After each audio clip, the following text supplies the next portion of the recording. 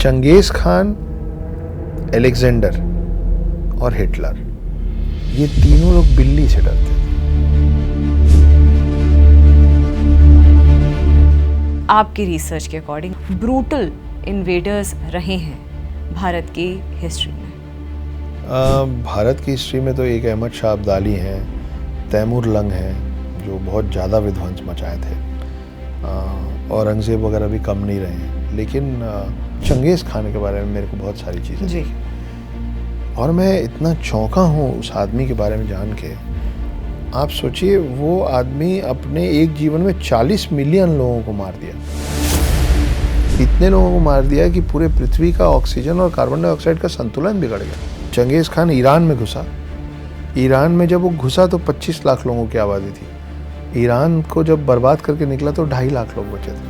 और ऐसा बोला जाता है, माना जाता है कि आज भी हर 200 लोगों में से 1% में उसका डीएनए है।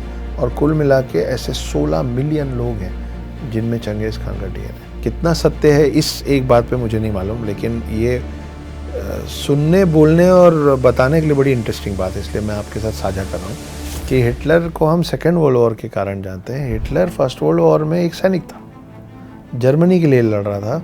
और एक ऐसा समय आया था जब वो एक अमेरिकन के बंदूक के नोक पे खड़ा था। पुनर्जन्म जी।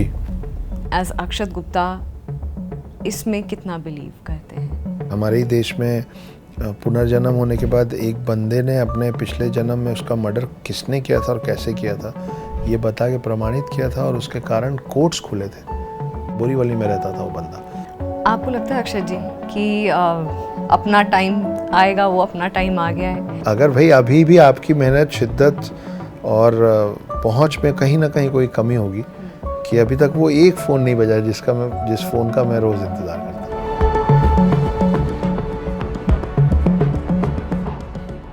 आपकी रिसर्च के अकॉर्डिंग, आपकी स्टडी के अकॉर्डिंग, एज अक्षत गुप्ता, आपको लगता है कि ऐसे कौन से ब्रूटल इन्वेडर्स रहे हैं भारत की हिस्ट्री में? भारत की हिस्ट्री में तो एक अहमद शाह अब्दाली हैं, तैमूर लंग हैं, जो बहुत ज़्यादा विध्वंस मचाए थे। औरंगज़ेब वगैरह भी कम नहीं रहे हैं, लेकिन वर्ल्ड हिस्ट्री में उनसे अगर हमको लगता है यही सबसे ख़राब लोग थे, तो इनसे भी बहुत बड़े बड़े नाम हैं। जैसे मैं रिसेंटली यही सब ढूंढते समय, क्या होता है, आप अगर कुछ चीज़ पढ़ रहे हैं ना तो फिर उसी से रिलेटेड चीज़ें आपके फीड पे आने भी लग जाती। और यूट्यूब में अगर आप किसी एक टॉपिक पे देख रहे हैं तो उससे मिलते जुलते आने लग जाते। तो मैं थोड़े दिन लगातार चंगेज़ खान के बारे में मेरे को बहुत सारी चीज़ें देखी और मैं इतना चौंका हूँ उस आदमी के बारे में जान के।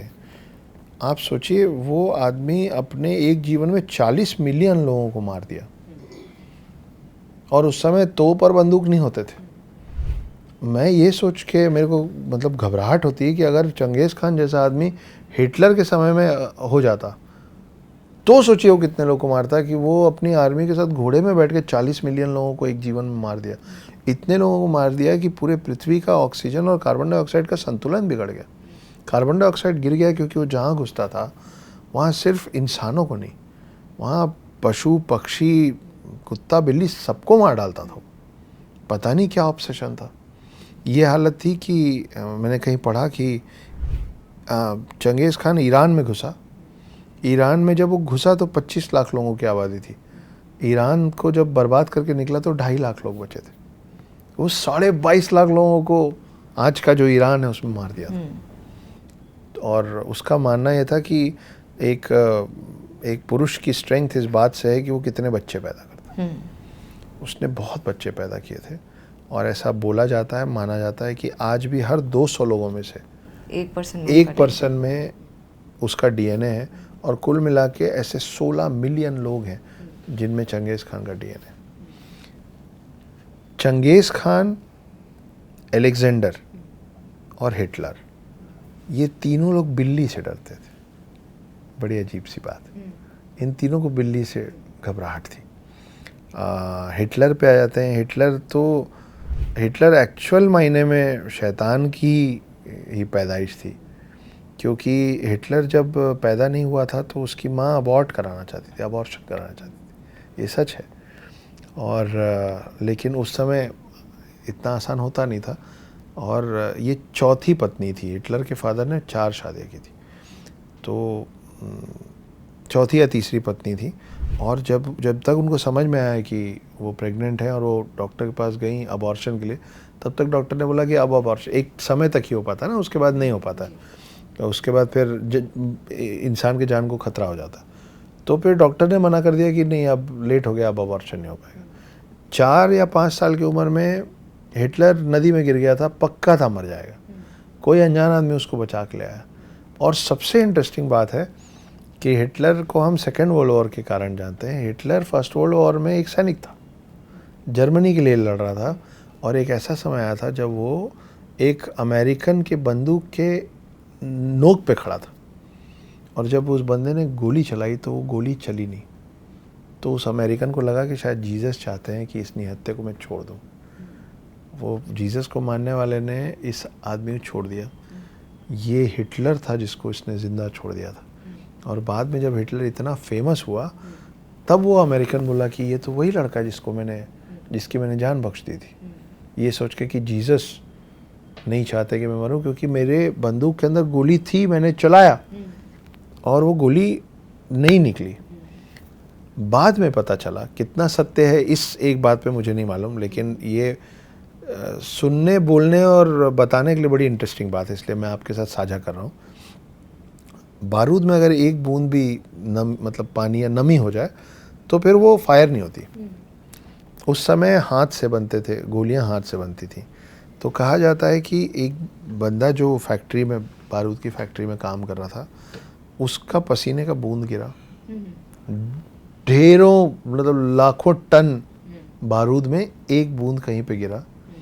वो जिस बारूद के हिस्से को ख़राब किया होगा, वो बारूद का हिस्सा एक गोली में गया, लाखों गोलियां बनी और लाखों सैनिकों के पास कई 100-200 गोलियां दी गई, जिसमें ये गोली उस एक अमेरिकन के पास पहुंची जो उसके पहले कई 100 गोली चला चुका है। और वो गोली उस समय आके उसके पिस्टल में फंसी थी जब हिटलर सामने खड़ा था। तो वो एक पसीने का बूंद हिटलर को तीसरी बार जीवन दान देता है, जिसके बाद हिटलर जो करता है वो करता है। हिटलर की एक और बड़ी अजीब और इंटरेस्टिंग बात है जो मुझे सुन के अजीब तरीक़ा का थ्रिल हुआ।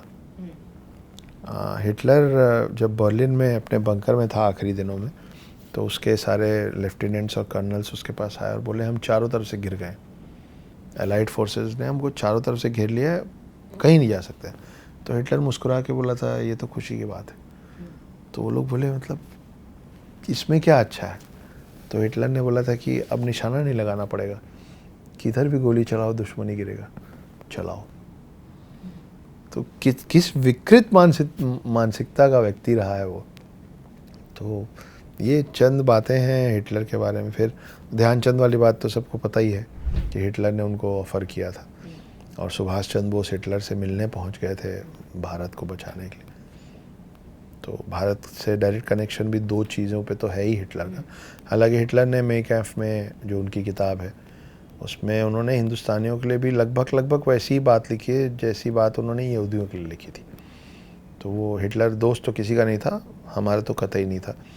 और मैंने अभी ये भी पढ़ा कि हिटलर जिस पहली महिला से प्यार करता था वो खुद एक यहूदी थी, और बाद में उसने जो हॉलोकास्ट मचाया है वो तो जब तक पृथ्वी रहेगी तब तक उस पर उसकी बात होती रहेगी। अक्षय जी, आपका एक और टॉपिक जो आपको बहुत इंटरेस्ट करता है और आपको अच्छा लगता है उस पर बात करने का, यहाँ तक कि शो के पहले भी हम बात कर रहे थे, पुनर्जन्म।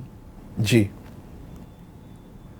पहला सवाल कि क्यों आपको इतना इंट्रीगिंग लगता है ये टॉपिक, और आप अगेन एज अक्षत गुप्ता इसमें कितना बिलीव करते हैं? देखिए, अब्राहमिक लैंग्वेजेस जो है ना, क्रिश्चियनिटी है, इस्लाम है, इन लोगों में पुनर्जन्म और आत्मा का कोई है ही नहीं, कुछ सिस्टम ही नहीं है। मगर अब तो ये प्रमाणिक हो गया है कि आत्मा होती है ना, और पुनर्जन्म होता है, ये भी अब मतलब ठोस उसके पुख्ता सबूत हैं।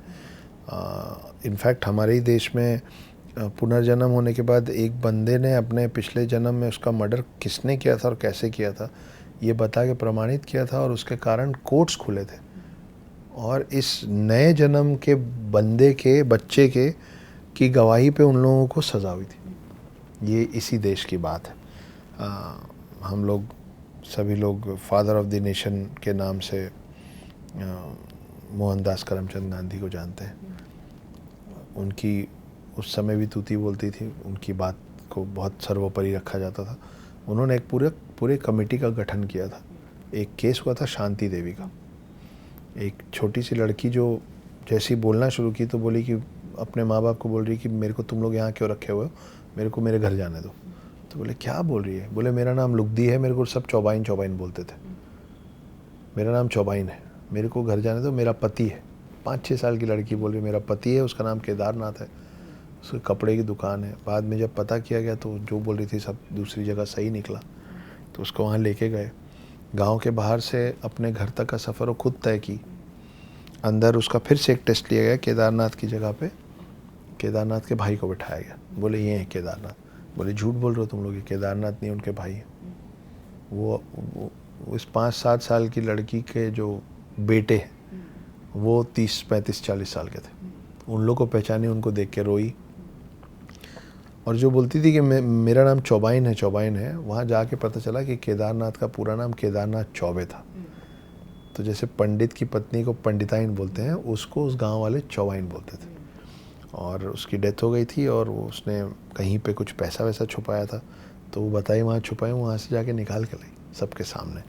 तो महात्मा गांधी ने एक कमेटी का गठन किया था कि ये जो पूरा मामला इतना तूल पकड़ रहा है, सब लोग इसको मानने लगे, इसमें सत्यता कितनी है। और उस कमेटी ने भी आखिरी में यही वर्डिक्ट दिया था कि वो जो बोल रही सच बोल रही है, वो और कोई नहीं है, वो शांति देवी के शरीर में लुगदी ही है। लुगदी उसका पिछला नाम था।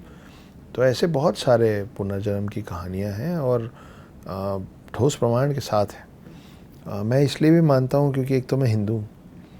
आपके देवी देवता, अगर आप अपने देवी देवता को मानते हैं तो कृष्ण की वो बड़ी प्यारी सी कहानी है जहाँ उनकी एड़ी में तीर लग जाता है और जब वो मरते रहते हैं और एक कबीले वाला जिसने तीर चलाया होता है वो दौड़ता भागता आता है और उसको लगता है मुझे पाप लगेगा, मैंने कृष्ण को मार दिया। तो मरते मरते कृष्ण बोलते हैं कि नहीं, तुमको पाप नहीं लगेगा, पिछले जन्म में मैं राम था और तुम सुग्रीव के भाई बाली थे। ये वही तीर है जो मैंने तुम पे चलाया था। मेरा कर्मा अब क्लोज हो रहा है, मेरे पिछले जन्म का एक कर्म बचा हुआ था जो मैं अब काट रहा हूँ और तुमको मैंने मारा था इसलिए तुम मुझे मार रहे हो। तो कर्मा से और पुनर्जन्म से तो जब हमारे भगवान ही नहीं बचे, और अगर हम और आप मानते हैं कि हमारे भगवान सत्य हैं, सच में रहे हैं, तो फिर हम इस बात से नहीं मुकर सकते कि हाँ आत्माएं होती हैं। अब तो वेस्टर्न कंट्रीज़ जो नहीं मानते थे आत्मा को, आप सोचिए ना कि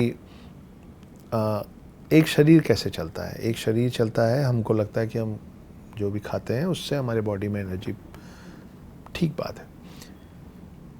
ये जो हम खाते हैं और उससे जो हमको एनर्जी मिलती है ना, उसको आप ऐसे देखिए कि एक रिमोट है, रिमोट के अंदर बैटरी लगी है, लेकिन बैटरी के अंदर भी तो कुछ होता है ना। हम बैटरी को खोल के थोड़ी ना देखते हैं यूजुअली। बैटरी के अंदर भी कुछ होता है जिसके कारण बैटरी चलती है, और क्योंकि बैटरी चलती है इसलिए रिमोट चलता है। तो वो जो बैटरी के अंदर सामान है ना, वो है हमारी आत्मा, सोल। वो जो बैटरी है वो है मटेरियलिस्टिक फूड जो हम खाते हैं जिसके कारण हमारा हाथ पैर चल रहा है। लेकिन हमारा जो डीएनए फॉर्मेशन है, जो हमको पिछले जन्म की चीज़ें याद रह जाती हैं। कई बार बच्चे होते हैं, हर बच्चा पानी से नहीं डरता, हर बच्चा आग से नहीं डरता। कुछ बच्चे पानी से बहुत प्रेम करते हैं, कुछ नहीं करते हैं। वो सब ना, और वो जैसे जैसे बड़े होते हैं वो फोबिया, वो डर अपने आप चला भी जाता है। वो शुरुआती डर इस वजह से होता है क्योंकि उनका पिछला अंत शायद पानी के वजह से हुआ हो, तो वो कहीं ना कहीं अभी भी हल्का हल्का है। फिर जैसे जैसे हम बड़े होते हैं वो सोल की याददाश्त जाती है और फाइनली हमको याद नहीं रहता, उसमें कुछ ग्लिचेस हो जाते हैं। तो ये शांति देवी और पन्ना लाल जैसे लोग निकल आते हैं। बोरीवली में रहता था वो बंदा जिसने अपने मर्डर, पिछले जन्म के मर्डर की कहानी बता के उसको मारने वालों को सज़ा भी दिलवाई है। तो इससे ज़्यादा क्या प्रमाण चाहिए हमको ये मान लेने के लिए कि भाई पुनर्जन्म होता है। आपकी किताब के लिए अक्षय जी, ये सुनने में आया है कि आप जगह जगह पर यज्ञ कर रहे हैं। यज्ञ का आपने आपने प्लेज लिया है, प्रण लिया है। क्यों ये यज्ञ हैं हो रहे हैं, और कुछ आपने मन्नत मांगी थी? मन्नत तो क्या, लेकिन जैसे जैसे मैं इन लोगों को, नागा साधुओं के बारे में पढ़ रहा हूँ, आप सोचिए कि मुश्किल से एक पन्ने में डॉक्यूमेंटेड है गोकुल की पूरी बात, 1-2 पन्नों पे, लेकिन वहाँ जितने लोग लड़के मर गए उनका हमको नाम तक नहीं पता। तो आप सोचिए कि अगर मैं मरूंगा तो मेरा बेटा या मेरा भाई या मेरे परिवार का कोई सदस्य मेरा अंतिम संस्कार कर देगा।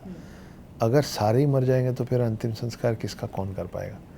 कई लोगों का शायद ठीक से नहीं हो पाया हो, कई लोगों की आत्मा को अभी भी शांति नहीं मिली होगी क्योंकि उनका लास्ट रिचुअल ठीक से नहीं हुआ है, कई लोगों को मोक्ष की प्राप्ति शायद नहीं हुई होगी। तो ये पूरे यज्ञ का प्लान ये है कि मैं शुरू कर रहा हूँ कश्मीर में, एक आदि गुरु शंकराचार्य का मंदिर है जहाँ से नागा साधुओं की रचना हुई है, और वहाँ पे पूजा करेंगे। वहाँ से फिर उत्तर प्रदेश में 2 शहर, उत्तराखंड में 1 शहर, बिहार में 1 शहर, मध्य प्रदेश में उज्जैन, गुजरात, फिर महाराष्ट्र, उसके नीचे फिर रामेश्वरम, और कोचीन में फिर आदि गुरु शंकराचार्य का मंदिर है। तो हम शुरू कर रहे हैं आदि गुरु शंकराचार्य के मंदिर से और ख़त्म भी वहीं कर रहे हैं। वो हर इन सब जगहों पे एक 24 घंटे का मैं यज्ञ कर रहा हूँ, और वो जितने भी ऐसे लोग हैं जो धर्म की रक्षा के लिए या धर्म में जो आपको बोला गया है उसके लाइन पे चलते चलते अपनी जान दे दी है, चाहे वो नागा साधु हैं, चाहे कोई भी ऐसा धार्मिक व्यक्ति है, उन सब लोगों की मोक्ष प्राप्ति और आत्मा की शांति के लिए हम ये कर रहे हैं। ये this is open for all, मतलब, और मेरे इंस्टाग्राम पे सबको मिल जाएगा कि मैं किस तारीख को कौन से शहर में यज्ञ कर रहा हूँ। आप आसपास के हैं, आप उस शहर के हैं, इसका कोई चार्ज नहीं, कुछ नहीं। आप आइए, मुझसे मिलिए, यज्ञ में आहुति दीजिए। आहुति मतलब आहुति ही दीजिए, हम कोई पैसा वैसा जमा करने नहीं निकल रहे हैं, इसमें कोई पैसे के लेन देन की कहीं कोई बात नहीं है। तो ये एक साफ मन से कुछ लोग मिलके मेरे साथ पूरे देश भर में ये यज्ञ कर रहे हैं ऐसे महानुभावों की आत्मा की शांति के लिए और मोक्ष प्राप्ति के लिए, जिनका किसी भी वजह से अभी तक उनको आराम ना मिला हो। तो अक्षय जी, इस किताब को लिखने में कोई चैलेंजेस, या जैसे होता है कई बार राइटर्स ब्लॉक हो जाता है जी, तो इस किताब को लिखने में ऐसा कोई फेज़ आया हो? मैंने पहले भी ये चीज़ कहा, देखिए क्या होता है, और ये मैंने सीखा है म्यूज़िक डायरेक्टर्स से। सारे म्यूज़िक डायरेक्टर्स क्या करते हैं कि जब उनके पास वक्त होता है, जैसे उदाहरण के तौर पे मैं हमेशा हिमेश रेशमिया साहब का नाम लेता हूँ। एक समय आया था जब हिमेश रेशमिया का एक के बाद एक 40 गाने हिट हुए थे, बैक टू बैक, है ना, वर्ल्ड रिकॉर्ड है 40 हिट्स का। तो आप सोचिए कि उस वक्त में वो व्यक्ति और फिल्मों का म्यूज़िक भी कर रहे हैं, वो रियलिटी शोज़ में जज भी बन रहे हैं, वो रिलीज़ होने वाले म्यूज़िक वीडियोस के कारण उनको शोज़ भी मिल रहे हैं, शोज़ मतलब स्टेज शोज़। उसके अलावा आने वाले गानों में खुद को वो भी बना के मतलब प्रेजेंट भी कर रहे हैं फेस, तो शूट भी कर रहे हैं। उतने सारी चीज़ों के बीच में उनके पास इस बात का तो वक्त हो ही नहीं सकता ना कि वो बैठ के नया गाना बनाए। तो ये गाने बन कब रहे थे? ये गाने तब बन रहे थे जब वो ये सोच के चल रहे थे कि मेरा एक दिन ये अपना टाइम आएगा। तो वो पहले से तैयार करते हैं। इसको सारे म्यूज़िक डायरेक्टर जो अपने गानों को, उसको सॉन्ग बैंक बोलते हैं। ये शब्द है उनके लिए, अच्छा, कि मेरे पास 100 गानों का बैंक है, मेरे पास 50 गानों का बैंक है। तो आपके पास कहानियों का बैंक है? मुझे जब कोई नहीं जानता था जी, तब मैंने बहुत सारी कहानियों को अपने पास सहेज के रख लिया है। मुझे 2028 तक मैं किताबों के माध्यम से आपके पास क्या क्या दे रहा हूँ मुझे पता है आज। अच्छा जी, 2028 एंड तक वो मुझे मालूम है। मैं हर 6 महीने में आपको कौन सी किताब देने वाला हूँ। तो मैं बार बार बोलता हूँ कि writing is a skill, thinking is an art. Anybody can teach anybody how to write. आप किसी को कोई भाषा लिखना, बोलना, पढ़ना सिखा सकते हैं। स्पेलिंग मिस्टेक है बेटा, ठीक कर लो, पंक्चुएशन मार्क ठीक कर लो, सेंटेंस फॉर्मेशन ऐसे नहीं ऐसे, लेकिन कोई किसी को एक कहानी को सोचना कैसे वो नहीं सिखाता। आप किसी को सोचना सिखा ही नहीं सकते। या तो आप में वो है या नहीं है। क्रिएटिविटी की बात है, या तो होगी या तो नहीं होगी। आप किसी बच्चे को पेंट ब्रश देके ये सिखा सकते हैं कि देखो बेटा, ये और ये रंग मिलाने से ये रंग बनता है ना, और ब्रश को ऐसे चलाते हैं, इसको कैनवास कहते हैं। लेकिन जिस दिन वो सीख जाएगा ना पेंटिंग करना, तो वो कैनवास में क्या उकेरेगा वो आप सिखा ही नहीं सकते, क्योंकि उसके दिमाग में एक इमेज बनेगी जिसको कैनवास पे उतारेगा, और वो जो इमेज बनेगा ना वो आर्ट है। ये जो कैनवास पे उतारेगा ना ये स्किल है। अब समझ रहे, मेरे को तो इस बात से भी शायद लोगों को नहीं अच्छा लगेगा, लेकिन मेरे को लगता है कि हम लोगों को उपाधि गलत दी हुई है। हम लोगों को राइटर नहीं बोलना चाहिए, हम लोगों को थिंकर बोलना चाहिए। फिलोसोफर नहीं, लेकिन कम से कम हम थिंकर तो हैं, क्योंकि हम बहुत सोचते हैं तब हम 4 लाइन लिखते हैं। हम आधे घंटे सोचते हैं फिर हम 3 लाइन लिखते हैं। तो जब मेरे पास काम नहीं था, या जब मैं सोच रहा था कि एक दिन अपना टाइम आएगा, तब मैंने बड़ी कहानियाँ तैयार करके रखी हुई हैं, और कंप्लीट कहानियाँ तैयार करके रखी है। तो आर्ट ऑफ थिंकिंग मैंने कर रखा है। स्किल ऑफ राइटिंग, जब आपको, अगर आपकी कहानी, आपके किरदार पता है, तो फिर आपको वो, जैसा आपने सुना हुआ ना कि राइटर्स एकदम शांति में और पहाड़ में और रिजॉर्ट में जाके ऐसा होता नहीं है। अगर आपको आपका आर्ट ऑफ थिंकिंग कंप्लीट हो चुका है, तो आप ट्रेन में, बस में, फ़्लाइट में, होटल के कमरे में, 1 मीटिंग और 2 मीटिंग के बीच में, एयरपोर्ट के लॉन्ज में, कहीं भी लिख सकते। तो मैं कहीं भी लिख लेता हूँ। आपको लगता है अक्षत जी कि अपना टाइम आएगा, वो अपना टाइम आ गया है? इतने पॉडकास्ट, इतने interviews, I am sure film the hidden Hindu trilogy पे फिल्म आ रही है, धोनी एंटरटेनमेंट ने ये फिल्म के राइट्स, इस किताब के राइट्स ले लिए हैं, ये किताब का भी राइट्स ले लिए गए, इस पर भी फिल्म आने वाले समय पे आएगी। आई थिंक जैसे ये पूरी ट्रिलॉजी कंप्लीट होगी, इस पर भी ये 2 ही पार्ट है, ये 2 ही पार्ट हैं, तो इस पर भी फिल्म आने की संभावना है। आपको लगता है कि आपका वो समय आ गया? क्योंकि एक बार ऐसा होता है कि करियर में एक बंदे का एक ऐसा पीरियड आता है। मैंने किसी का इंटरव्यू सुना था, उसने बहुत अच्छी बात कही थी, और इससे मैं खुद भी वास्ता रखती हूँ। जब समय ख़राब चल रहा होता है, या जब समय आपको थोड़ा सा टाइम देता है, समय देता है जब आपको कि थोड़ा काम कर लो खुद पे, तो खुद पर काम करना चाहिए और तैयार रहना चाहिए कि जो दरवाज़ा खुलेगा, जैसे आप अपने वेपन्स लेकर के, वेपन्स का मतलब आपका स्किल सेट, आपको उसको होन करते रहना चाहिए, और जैसे ही पहला दरवाज़ा, खिड़की, कहीं भी स्पेस मिले, आपको वो अपने स्किल सेट या वो वेपन्स लेकर के एंटर करना चाहिए। आपको लगता है आपका वो समय आ चुका है? हाँ, मेहनत अभी भी जारी है। और नहीं अक्षय जी, ये डिप्लोमेटिक आंसर होगा। आपको लगता है कि आपका वो समय आ गया है जब आप पीक पे हैं? इसी समय का आप पिछले 8-10 सालों से इंतजार कर रहे हैं। देखिए, मैं 2 चीज़ों का इंतज़ार कर रहा था, एक अपना टाइम आएगा, दूसरा अपना बेटा आएगा, है ना। तो मेरे को लगता है कि अगर अपना टाइम आ गया होता तो अपना बेटा आ गया होता। जिस दिन अपना बेटा आएगा ना, उस दिन अपन बोलेंगे अपना टाइम आ गया। क्योंकि अगर भाई अभी भी आपकी मेहनत, शिद्दत और पहुंच में कहीं ना कहीं कोई कमी होगी, कि अभी तक वो एक फ़ोन नहीं बजा जिस फ़ोन का मैं रोज़ इंतज़ार करता हूँ, तो वो दोनों मेरे लिए, मेरे दिमाग में जुड़ा हुआ है। मेरी पूरी मेहनत, मेरा फेवरेट कोटेशन हमेशा से है, greatest revenge is massive success. और रिवेंज मैं हाथ पैर से या ज़बान से नहीं देता हूँ। आप इतनी मेहनत कर लीजिए कि सामने वाला अपने आप ही सरेंडर कर दे। तो ये एक चीज़ का इंतज़ार है। मैं उस दिन मैं बोलूँगा कि मैं पूरी तरीके से अपना बेटा है। हाँ, ये 2 लाइन मेरे दिमाग में थी जब मेरा स्ट्रगल और हार्डवर्क शुरू हुआ था, कि एक अपना टाइम आएगा और अपना बेटा आएगा। तो मेरा मानना है कि जिस दिन मैं अपने बेटे तक पहुंच पाऊँ या मेरा बेटा मुझ तक पहुंच पाए, उस दिन सही मायने में ये पूरी मेहनत का जो क्रक्स है ना, वो एक बूंद अमृत जो है ना, वो उस दिन मिलेगा। तब तक मैं लगा रहूँगा। बहुत शॉर्ट में, क्योंकि शायद कुछ लोग ये कनेक्ट मिस कर रहे हों। आपका बेटे से मतलब आपका जो आपकी फर्स्ट 5 के साथ जो आपके बेटे हैं जी, उनसे मतलब है? हाँ, मैं तो कैमरे पे भी देख के बोला आ जा यार, बहुत 9 साल हो गया वेट करते करते, अब आ जाओ। चलिए, जागरण मंथन के, दैनिक जागरण के इस प्लेटफॉर्म के ज़रिए ही अगर अक्षत गुप्ता की एक जो एक मंशा है, एक जो ख्वाहिश है, अगर वो पूरी करने में जागरण मंथन और हमारा दैनिक जागरण का प्लेटफॉर्म सक्षम रहता है, तो ये हम लोग बहुत खुद को लकी मानेंगे। अक्षत जी, आपने एक बहुत अच्छी बात कही कि राइटर्स का लिखने का कोई स्पेस नहीं होता, कोई टाइम नहीं होता, लेकिन आपने जब ये कहानियाँ लिखी, एक इम्पॉर्टेंट बात है कि आपका फ्रेम ऑफ माइंड भी इधर उधर था जब ये कहानियाँ आप लिख रहे थे। ऐसे में उस वक्त आप कैसे लिखना पसंद करते थे? क्योंकि कुछ राइटर्स होते हैं वो पहाड़ों पे जा कर के लिखना पसंद करते हैं, कुछ रात में लिखते हैं, कुछ दिन में लिखते हैं। उस वक्त आपका टाइम फ्रेम ऑफ माइंड में उस वक्त आप कैसे ये कहानियाँ लिखते थे इतने डिस्टर्ब्ड माइंड में? मैं एक्चुअली वो कहानी ना स्मृति जी, मैं पब्लिक के लिए और पब्लिशर के लिए लिख ही नहीं रहा था असल में। द हिडन हिंदू लिखने के पीछे मेरा जो थॉट था वो मैं अपने बेटे के लिए लिख रहा था।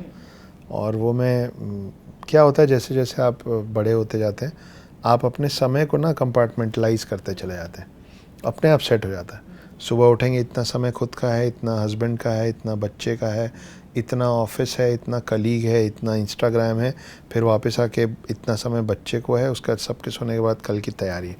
मोरलेस ऐसा एक टाइम का डिवीज़न हो गया होता है। और ये हमको स्कूल से तैयार कर रहे हैं कि एक लेक्चर ख़त्म, फिर एक लेक्चर ख़त्म, ये इस 1 घंटा इसका, 1 घंटा इसका। तो वो हमारे अब डीएनए में इस उम्र में आते आते तक आ चुका होता है। तो वैसे ही मेरा एक टाइम स्लॉट मेरे बच्चे के साथ जमा हुआ था कि ये टाइम है जब मैं और मेरा बेटा वक्त बिताते हैं। अब सडनली बिना किसी हिंट के मेरे पास से अचानक से उनको छीन लिया गया था। तब मैंने ये डिसाइड किया कि मैं उनके नहीं होने पे भी मैं वो वक्त उन्हीं के साथ बिताऊंगा।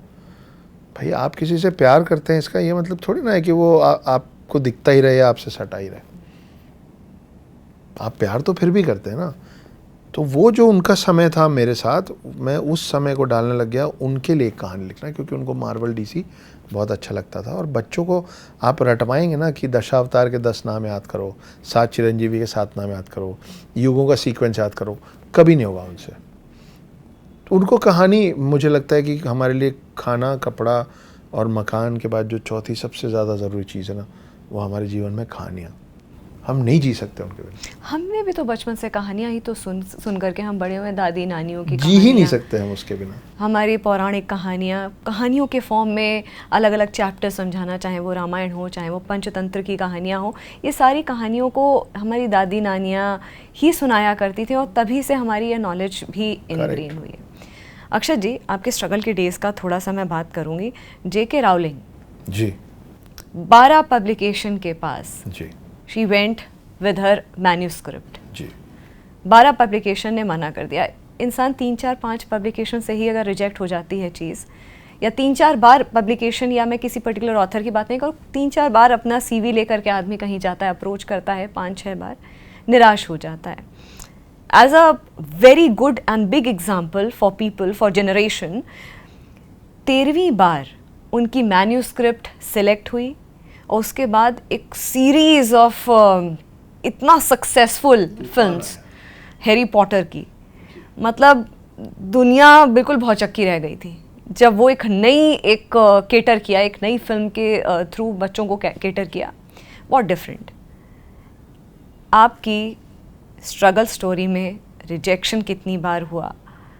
क्योंकि ये बहुत ज़रूरी है, अगर जो यंगस्टर्स आपसे कनेक्ट करते हैं, गिर कर फिर दोबारा खड़े होना, गिरना, खड़े होना, फिर गिरना, फिर खड़े होना, फिर गिरते चले जाना, फिर खड़े होना, और फिर यहाँ पे इस लेवल पर आना कि लोग आपसे आपके पॉडकास्ट और इंटरव्यू के लिए टाइम मांग रहे हैं।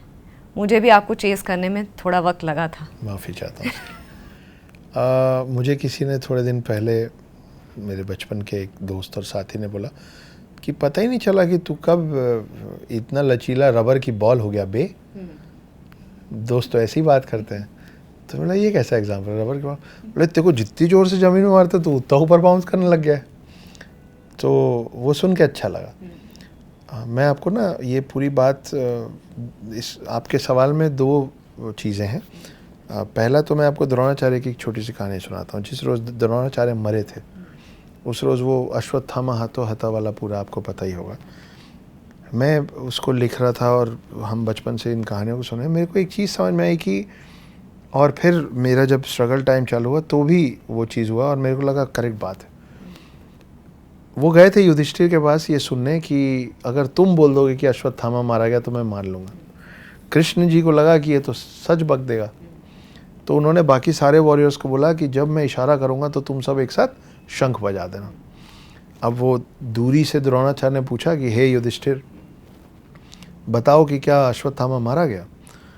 तो युधिष्ठिर ने बोला कि हाँ, बताओ कि क्या मेरा बेटा अश्वत्थामा मारा गया? तो युधिष्ठिर ने बोला कि हाँ, ये सत्य है गुरुजी कि अश्वत्थामा मारा गया। कृष्ण जी ने इशारा कर दिया, सब शंख बजाने लग गए। और युधिष्ठिर बोले, मगर वो जो अश्वत्थामा मारा गया वो आपका बेटा नहीं, एक हाथी है।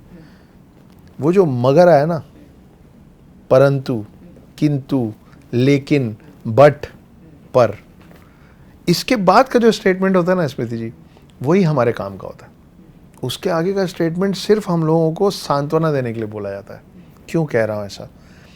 आपने जेके रॉलिंग मैम की बात की, मुझे भी रिजेक्शंस नेचुरली मिले, क्योंकि कोई भी नए ऑथर को क्यों ही मौका देगा? ऑथर की कमी नहीं है, कहानियों की कमी नहीं है, उनके पास उनके मेल बॉक्स में मेल्स की कमी नहीं है, और ट्रिलॉजी लिख रहा है कोई, पता नहीं कब ख़त्म होगा, चलेगा नहीं चलेगा। उससे भी ज़्यादा रिजेक्शन ना मैं पब्लिशिंग इंडस्ट्री में प्रोड्यूसिंग इंडस्ट्री, प्रोडक्शन हाउस में पाया हूँ। मुझे द हिडन हिंदू के तीनों पार्ट को एक बार कंप्लीट नरेट करने में 9 घंटे का वक्त लगता है। और मैं हर बार ये बोलता हूँ कि एक साथ 9 घंटा मत दीजिएगा। मैं तो 9 घंटे बोल के सुना लूँगा, मेरा काम है। आप एब्जॉर्ब नहीं कर पाएंगे, इतने किरदार हैं, उनका आपस में इतना वीविंग है। तो मुझे 3 दिन 3-3 घंटे दिया कीजिए। आपको बहुत ताज्जुब होगा जान के कि जब धोनी एंटरटेनमेंट ने मुझसे कहानी ली, उसके पहले मैं ये 9 घंटे का नरेशन 150 से ज़्यादा बार दे चुका था। 150 से ज़्यादा बार, हर बार 9-9 घंटे का नरेशन। और हर जगह जब लोग कहानी सुनते थे तो बोलते थे, बहुत बढ़िया कहानी है अक्षत, बट कोई बोलता था, बट के पीछे कोई लगाता था कि इसका बजट बहुत बड़ा है, तुम तो नए राइटर हो, तुम्हारा कोई काम बाहर नहीं आया है, इतना बड़ा खेल कैसे कर ले, 1000-1500 करोड़ रुपए का ये बॉल गेम है। कोई बोलता था बहुत अच्छी कहानी है, लेकिन हमको हिंदू गॉड्स पे या 7 चिरंजीवियों पे, we don't want to promote it. कोई आता था, हाँ, we don't not want to promote it, yes, कि भाई हमको सेक्युलर चलना है ना। तो अगर हम इन टॉपिक्स को टच करेंगे तो फिर कोई एक तबका हमारी फिल्म देखने नहीं आएगा। थिएटर आधा इसलिए खाली रहेगा क्योंकि फलाना रिलीजन हिंदूज की फिल्म देखने नहीं आएगा। तो हम करना तो चाह रहे हैं। कुछ लोग ऐसे भी आए, बोले तुम द हिडन हिंदू का नाम बदल दो, हम ले लेते हैं राइट्स। बुक का भी नाम द हिडन हिंदू मत रखो, फिल्म का तो हम नहीं रखेंगे। और तुम 7 इमॉर्टल्स बोलो लेकिन 7 चिरंजीवी मत बोलो। तुम 4 एराज बोलो लेकिन 4 युग मत बोलो। तुम एवेटार्स बोलो लेकिन दशावतार मत बोलो। ये सब चेंजेस कर लो, अक्षत कर लेते। मैं बोला आप अपना काम कीजिए, हम तो जैसे चाहते हैं वैसे ही निकलेगा। ये अपने आप में बहुत बड़ा फाइट रहा है कि नाम द हिडन हिंदू मत रखो किताब का, नहीं तो एक समुदाय नहीं पढ़ेगा। जो कि आइडेंटिटी है, इतने सालों में आपने एक आइडेंटिटी बनाई अपने काम की। मैं आपके माध्यम से स्पेशली हर अपने मुस्लिम सुनने वाले को मैं रिक्वेस्ट कर रहा हूँ, हर मुस्लिम से, कि आप द हिडन हिंदू ज़रूर पढ़ो। आपकी बहुत सारी जो गलत फहमियाँ हैं ना हमारे रिलीजन को लेके, जैसे ये पेड़ में सूतली बांधते रहते हैं, ये ऐसा कर, आपको समझ में आएगा कि वो सब इलॉजिकल नहीं है। आप सही हैं कि मैं गलत हूँ, मैं सही हूँ कि आप गलत हूँ, इस पे तो बात ही नहीं हो रही। बात इस पे हो रही है कि आप हमारे बारे में ऐसा और हम आपके बारे में सोचते ही ऐसा इसीलिए सोचते हैं, विरोधाभासी इसलिए सोचते हैं क्योंकि हम आपकी चीज़ें नहीं पढ़ रहे हैं और आप हमारी चीज़ें नहीं पढ़ रहे हो। अगर हम पढ़ लें कि आपके कुरान में क्या लिखा है और आप पढ़ लें कि हमारे गीता में और द हिडन हिंदू अभी के समझने के लिए, मतलब this is the ABCD for anybody who wants to understand Hindutva. Basics होता है ना, वो ये इसमें बिल्कुल बेसिक्स है कि हमारा समय हमने कैसे बांट रखा है, हमारे भगवानों को हमने अवतारों में किस किस युग में कैसे दिया हुआ है, 7 चिरंजीवी कौन है, इस तरीके बहुत, इतना आप समझ जाओगे ना तो आप खुद आगे की हमारी भाषा, हमारी बातें समझने लगोगे। तो आपके माध्यम से मैं स्पेशली बोलना चाहता हूँ मुस्लिम्स को कि पढ़ के देखो यार, बहुत सिंपल अंग्रेज़ी और हिंदी में लिखा हुआ है जो आप सब समझ पाओगे। सिर्फ क्योंकि, और अगर आप अपने आप को सेक्युलर बोलते हैं तो ये तो आपकी जिम्मेदारी बन जानी चाहिए कि आप उन लोगों को गलत साबित करें जिनका मानना ये था कि द हिडन हिंदू को हिंदूज़ के अलावा कोई नहीं पढ़ेगा। 7 लाख किताबें तो मैं बेच चुका हूँ अब तक, जो कि पब्लिशिंग इंडस्ट्री में बहुत बड़े नंबर से। एग्जैक्टली। तो पढ़ तो रहे हैं लोग, अब आप कब पढ़ेंगे वो आप डिसाइड कीजिए। आखिरी सवाल अक्षत जी, यंग जनरेशन को जो आपसे मिलना चाहते, क्योंकि आपके फ़ैन फॉलोइंग भी, आपका इंस्टाग्राम पेज देखा जाए तो बहुत सारे लोग आपसे कनेक्ट करते हैं आप जब भी लाइव होते हैं, बहुत तमाम सवाल होते हैं। आप कहीं जाते हैं किसी बुक शॉप पे या किसी लिटरेरी फेस्ट पे, लोग आना चाहते हैं, आपसे बात करना चाहते हैं। बहुत कंटेम्प्रेरी ऑथर के रूप में आपकी इमेज आई है, लोग पसंद कर रहे हैं जो कंटेंट आप केटर कर रहे हैं, जो प्रेजेंट कर रहे हैं। यंग जनरेशन के लिए धर्म को लेकर के, किताब को लेकर के, रीडिंग हैबिट्स को लेकर के, ओवरऑल एक होलिस्टिक एक सोसाइटी को, यंग सोसाइटी को क्या मैसेज है? आप सोचिए कि कितनी अजीब सी बात है कि हमारे देश में जब एक पेपर किलो के भाव से प्लेन बिकता है तो उसकी कीमत ज़्यादा है, जब उसमें चीज़ें लिख दी जाती हैं तो उसकी कीमत गिर जाती है, वो रद्दी के भाव बिकने लग जाता है। जबकि किसी पन्ने में कुछ भी लिखा होगा ना तो उससे आप कुछ, वो आपको कुछ दे के ही जा रहा है, लेकिन जैसे ही पन्नों पे चीज़ें लिखा जाती हैं उसकी कीमत कोरे पन्ने से गिर जाती है, जबकि उसकी कीमत उठनी चाहिए थी। तो सबसे पहली बात तो है कि ये ज़रूरी नहीं है कि आप क्या पढ़ रहे हैं, ज़रूरी है कि आप पढ़ रहे हैं। आप ये मत पढ़िए, आप वो पढ़िए, आप कुछ भी पढ़िए। हर चीज़ में आपको, जैसे बोला जाता है ना कि घर में महाभारत नहीं रखना चाहिए, कलेश हो जाता है। मैं इस बात के बिल्कुल विरुद्ध हूँ, ये बिल्कुल गलत बात है। ये वही बात है कि तू शांति है, तू युद्ध है, तू नरसिम्हा है, तू बुद्ध है। आप क्या देखना चाह रहे हो? महाभारत के अंदर ही तो कृष्ण ने गीता का सार दिया था। महाभारत के अंदर ही तो 5 भाई एक दूसरे के लिए मरने मिटने को तैयार हो गए थे, और ये 5 भाई नहीं, एक भाई के लिए बाकी के 99 भी मरने मिटने को तैयार हो गए थे। तो आप महाभारत से क्या ले रहे हैं वो तो आपके हाथ में है ना। तो ये इस तरीके का कि ये पढ़ेंगे तो ऐसा हो जाएगा, वैसा मत करिए। आप पढ़ना ज़रूरी है, क्योंकि आपको फिल्में और स्क्रीन वो कभी नहीं दे पाएंगे जो आपको किताबें देती हैं। अगर आप राइटर हैं तो सबसे पहले आप खुद के लिए लिखिए।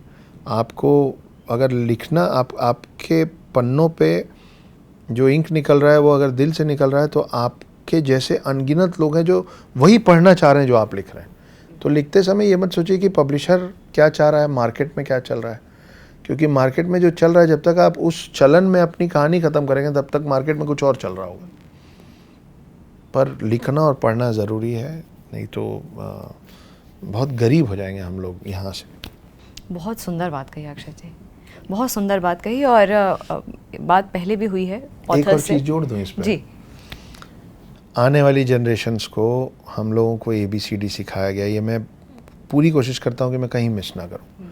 आई understand that it is very important to know English in order to stand in the global platform, मगर ये कहाँ लिखा है कि A for apple, B for ball, C for cat, D for dog, E for elephant सीखना है। हम ये नहीं समझ रहे हैं कि इन लोगों ने ABCD सिखाते सिखाते सिस्टमेटिकली प्लान्ड वे में हमको G फॉर गॉड सिखा दिया है, लेकिन आपका गॉड जीसस नहीं है ना। तो आप अपने बच्चों को A फॉर अग्नि सिखाइए, ABCD सीखना है ना। A फॉर अग्नि सिखाइए, B फॉर भगवान, B फॉर भगवा सिखाइए, B फॉर बिलीफ सिखाइए, C फॉर कैट क्या होता है वो तो देख के सीख ही जाएंगे। मैं बिल्ली बोलूँगा तो भी वो वही रहेगा। C फॉर कल्चर सिखाइए, जिस भी कल्चर को मानते हैं। D फॉर धर्म सिखाइए, जिस भी धर्म को मानते हैं। E फॉर एलिफेंट ही सिखाना ना। E फॉर एक दंत सिखाइए। आपका बच्चा आपसे पूछेगा एक दंत मतलब क्या होता है, तो गणेश जी की प्यारी सी कहानी आपके धरोहर में फिर वापस लौटेगी। F फॉर फैन मत सिखाइए, कौन सा मेरे बच्चे को फ़ैन बनाना है। F फॉर फेथ सिखाइए। S फॉर स्नेक सिखाना है ना, S फॉर शेषनाग सिखाइए, S फॉर शिव सिखाइए। G फॉर गॉड सिखाना है ना, G फॉर गणेश सिखाइए, G फॉर गुरु नानक सिखाइए। आप मुस्लिम हैं तो A फॉर अल्लाह सिखाइए, A फॉर एप्पल छोड़ दीजिए। हम हिंदी में क से कबूतर सिखा रहे हैं, ख से खरबूजा, ग से गधा, घ से घर, क से काली माँ सिखाइए, ख से खड़क सिखाइए, ग से गधा नहीं, ग से गधा सिखाइए। और घ से घर को बचाने के लिए घ से घुसपैठियों से बचना ज़रूरी है। तो अभी घ से घर को साइड रखो और घ से घुसपैठी सिखाओ। अगर घ से घुसपैठी घर में नहीं घुसेंगे ना तो आपका घ से घर बाद में फिर से बच भी जाएगा और बन भी जाएगा। बहुत इंटरेस्टिंग। तो अपनी शिक्षा प्रणाली को ABCD से बदलना शुरू कीजिए, बहुत ज़रूरी है। काफ़ी ऑथर से, काफ़ी स्कॉलर से भी जिनसे बात हुई है, आप ही की विचारधारा पे बात हमारे प्लेटफॉर्म पे टाइम एंड अगेन लोगों ने रखी है। बहुत अच्छा लगा अक्षत जी। इस बार थोड़ा वक्त लगा, पिछली बार तो एकदम से सब चीज़ें फिक्स हो गई थी, नेक्स्ट डे आप आ ही रहे थे, तो हमारा बिल्कुल जल्द वो इंटरव्यू हो गया था। लोगों ने बहुत डिमांड भी की थी, लिखा हुआ भी बार बार हमारे कमेंट सेक्शन में आ रहा था कि please call Akshat sir again.